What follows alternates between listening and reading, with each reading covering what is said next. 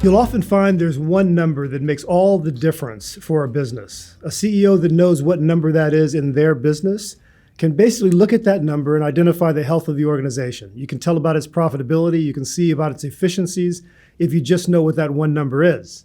Well, let me tell you what it is in the commercial real estate space. In income property, net operating income is that number. It's the number that causes you to know whether you're profitable or not profitable. It's the number that lets you know whether you need to tweak your expenses or raise your revenue. It's the number that lets you understand what the value of your property is at any given moment in the back of a napkin sort of way.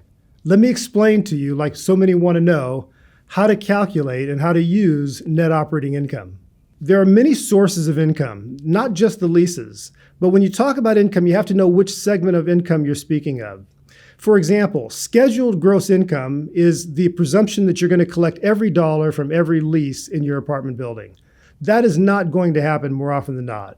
Every dollar coming in would be wonderful, except there's this thing that we know of called vacancy. And vacancy can occur in two different ways. It's physical vacancy, which we're most familiar with.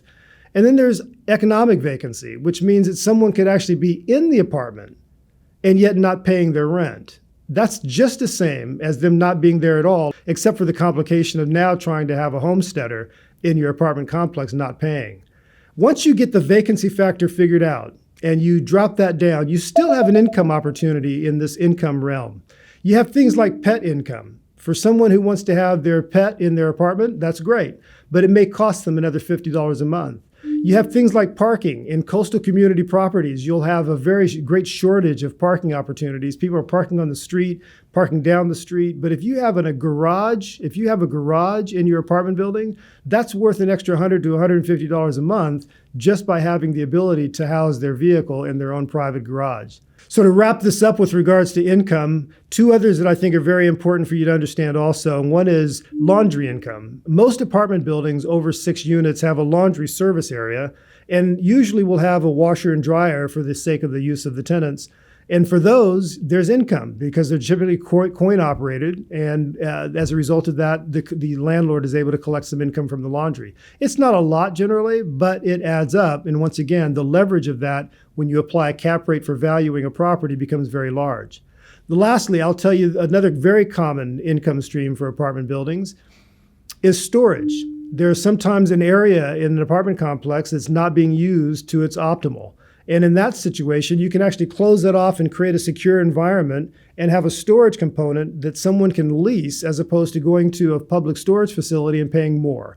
It's local, it's convenient, it's one lock away from them being able to access their goods. So when you add up all those income sources, and if you're really, really smart about how you form the lease to include those income sources, you end up optimizing the one component out of the two that make up net operating income. Let's talk about expenses. When you look at expenses, operating expenses, particularly for an apartment building, most of them are pretty common. You have to pay property taxes, you have to pay an electric bill of some sort, water and trash and sewer, etc. Some of them are not as commonly understood. For example, you may need someone to actually clean the place periodically. Above and beyond a landscaper who's doing the gardening work, you may need someone to come through and just simply get the dust off the patio furniture or to clean the pool. That person is considered a porter. And that person is someone that you staff to basically come through every week and make sure the residents have a clean place to live in the common area of the apartment complex. Some other expenses that you need to be clearly aware of is you're always going to have a maintenance and repair expense. And generally we fill that into, if we don't know exactly what they are on that particular property, about $500 per unit per year to make sure that we properly budget for those things that you really can't anticipate that just simply come up. Much like a car allowance, there's going to be repair work. You just don't know exactly where it's coming from.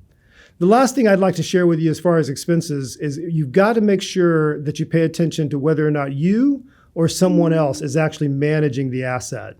It's very important. Many times people will buy an apartment building and not recognize that included in their operating expenses, nowhere to be found, is something for a property manager fee to be paid to have someone collect the rents, to have someone be on guard for any repair work that needs to be done, calling the vendors when that time comes, etc. If that's not someone that you pay, it's going to be you.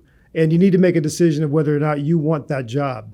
So when you add up all of your expenses and you subtract those from the revenue sources that we just talked about earlier, you end up with that very special, very profound number that represents profitability for that building called net operating income. And net operating income is the beginning of a long list of calculations that you can use to identify the value of a property and to evaluate the profitability that you want or that you need on your dollars to make that investment.